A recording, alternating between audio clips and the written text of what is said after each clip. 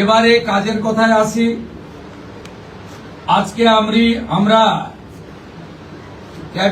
প্রথম ক্যাবিনেটে 6টা সিদ্ধান্ত নিয়েছি। প্রথম, পশ্চিমবাংলার গণতন্ত্রের যে মহোৎসব হলো, দীর্ঘদিন বাদে মৃত্যুহীন, ভয়মুক্ত, অবাধ নির্বাচন গোটা ভারতবর্ষ কেন গোটা পৃথিবীর মানুষ দেখল। তাই একটা প্রদেশের নির্বাচন নিয়ে আজকে বিশ্বের বিভিন্ন সংবাদ মাধ্যমে আলোচনা হচ্ছে। তাই আমরা প্রথমেই বাংলার জনগণ তথা 93% ভোট প্রদানকারী ভোটারদেরকে নতমস্তকে কৃতজ্ঞতা জানালাম। সাথে ভারতের নির্বাচন কমিশনের নিয়ন্ত্রণাধীন ভোট কর্মী, গণনা কর্মী, বাইরের রাজ্য থেকে আসা অবজারভার, কেন্দ্রীয় সুরক্ষা বল, রাজ্য পুলিশ, কলকাতা পুলিশ, সংবাদ মাধ্যম, নির্বাচনে প্রতিদ্বন্দ্বী রাজনৈতিক দল, প্রার্থী, প্রত্যক্ষ পরোক্ষভাবে এই এত বড় কর্মযজ্ঞে অংশগ্রহণকারী প্রত্যেকের প্রতি এই ক্যাবিনেট কৃতজ্ঞতা জ্ঞাপন করে। দ্বিতীয়, আমরা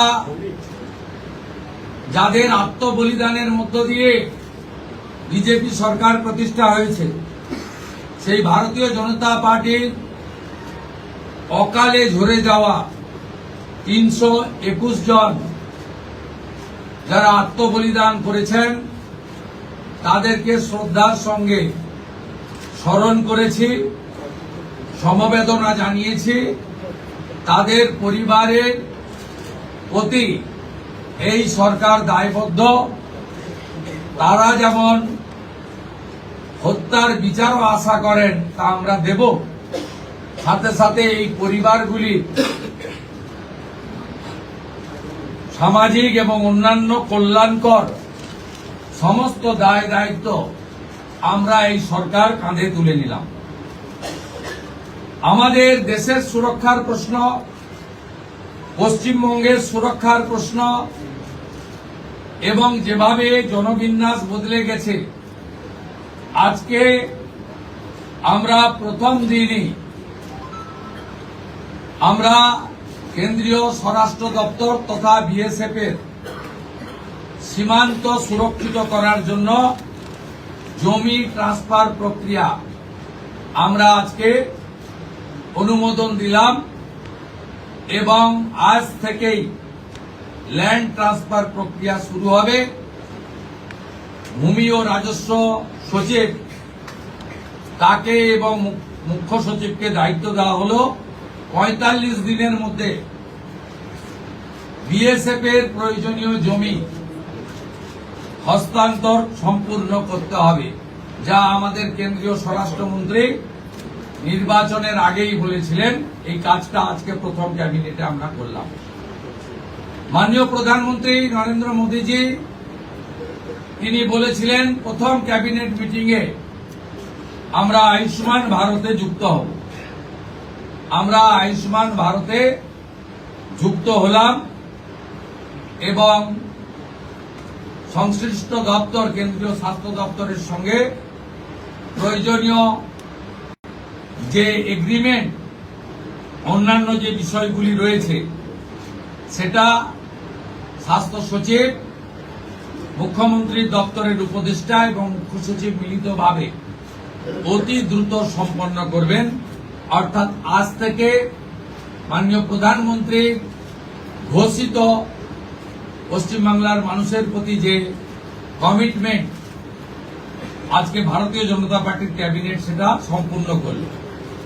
এর সাথে সাথে প্রধানমন্ত্রী জন আরোগ্য যোজনা, প্রধানমন্ত্রী ফসল বীমা যোজনা, ক্রপ ইন্স্যুরেন্স, প্রধানমন্ত্রী স্কুলস ফর রাইজিং ইন্ডিয়া, পিএমশ্রী, প্রধানমন্ত্রী বিশ্বকর্মা, বেটি বাঁচাও বেটি পড়াও, প্রধানমন্ত্রী উজালা যোজনা 3.0 এবং অন্যান্য কেন্দ্রীয় স্কিম বা সেন্ট্রাল গভর্নমেন্ট স্পন্সর্ড স্কিম আমরা যুক্ত হওয়ার সিদ্ধান্ত নিলাম। বিশ্বকর্মা যোজনায় আমাদের যারা বিশ্বকর্মা আছেন, হাতের কাজ করেন, আমাদের তামার কুমোর থেকে কুম্ভকার, স্বর্ণকার থেকে মালাকার থেকে তাঁতি থেকে নাপিত থেকে সবাই যারা 8,65,000 আবেদন করে রেখেছিলেন, আগের সরকার যাদের আবেদন জেলা শাসকদেরকে দিয়ে কেন্দ্রের এমএসএমই দপ্তরে পাঠাতে দেননি, আমরা দ্রুত ওই 8,65,000 পিটিশনকে পাঠানোর ব্যবস্থা নিলাম। আপনারা জানেন পশ্চিমবঙ্গে 11 কোটি মা বোন দিদি উজালা 1-2 বেনিফিটেড হচ্ছেন ভারতবর্ষে। পশ্চিমবঙ্গে এই 11 কোটির মধ্যে 1,29,00,000 পান, সবচেয়ে হাইয়েস্ট। 400 টাকা কম মূল্যে তারা গ্যাস ক্রয় করেন। প্রধানমন্ত্রী আরো 75 লক্ষ দেশে চালু করেছিলেন এবং বাংলার জন্য কোটা ছিল 15 লক্ষ।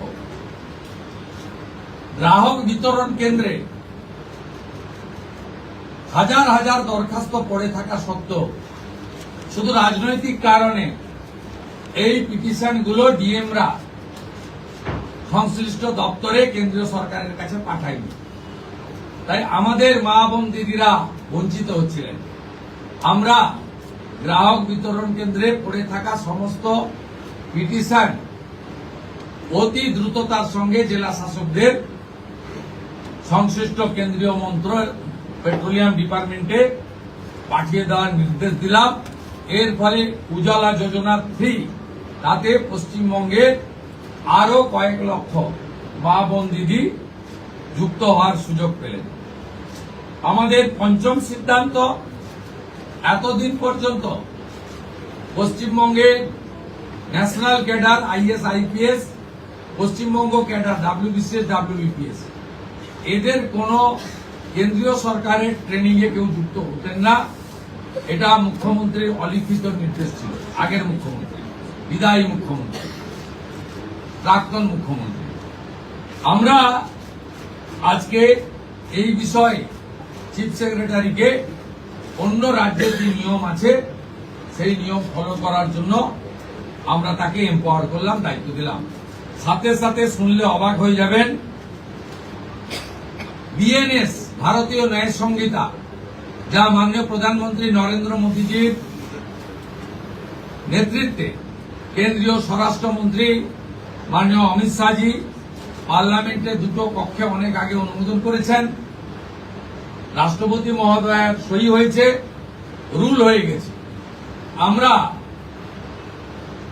আশ্চর্য হয়ে গেছি যে এখানে বিএনএস কার্যকর করা হয়নি, অর্থাৎ অত্যন্ত অবৈধভাবে সংবিধানকে বৃদ্ধাঙ্গুষ্ঠ দেখিয়ে আগের সিআরপিসি আইপিসি চলছিল।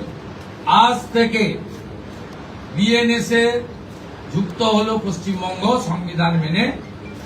আগের সিআরপিসি আইপিসি এই আইন আর থাকলো না। ভারতীয় ন্যায় সংহিতাতে আমাদের আজ থেকে কাজ শুরু হলো। এরও ছাড়পত্র ক্যাবিনেটের প্রথম দিলেন। ষষ্ঠ সিদ্ধান্ত, মাননীয় স্বরাষ্ট্র ও সমবায় মন্ত্রী অমিত শাহজি নির্বাচন প্রচারের রায়দিঘি থেকে বলেছিলেন যে 2015 সালের পরে পশ্চিমবঙ্গে কোনো রিক্রুটমেন্ট হয়নি, তাই প্রচুর শিক্ষিত যুবক যুবতীর বয়স চলে গেছে। 5 বছর এক্সটেনশন, মানে আবেদনের বয়সের ঊর্ধ্বসীমা ক্যাবিনেট মঞ্জুর করলো।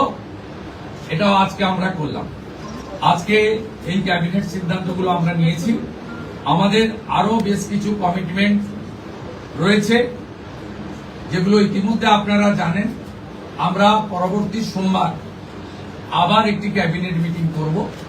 সেক্ষেত্রে আমাদের আরো আমাদের আরজিকর সহ নারী নির্যাতনের বিষয়ে, প্রাতিষ্ঠানিক দুর্নীতির বিষয়ে, পে কমিশনের বিষয়ে, এরিয়া ডি এর বিষয়, এই যে বিষয়গুলি আছে আমরা পরবর্তী ক্যাবিনেটে সেগুলো করব, কারণ আমরা আমাদের যে অফিসিয়াল কাজকর্ম দেখে আমাদের খুব বেশি সময় আমরা পাইনি।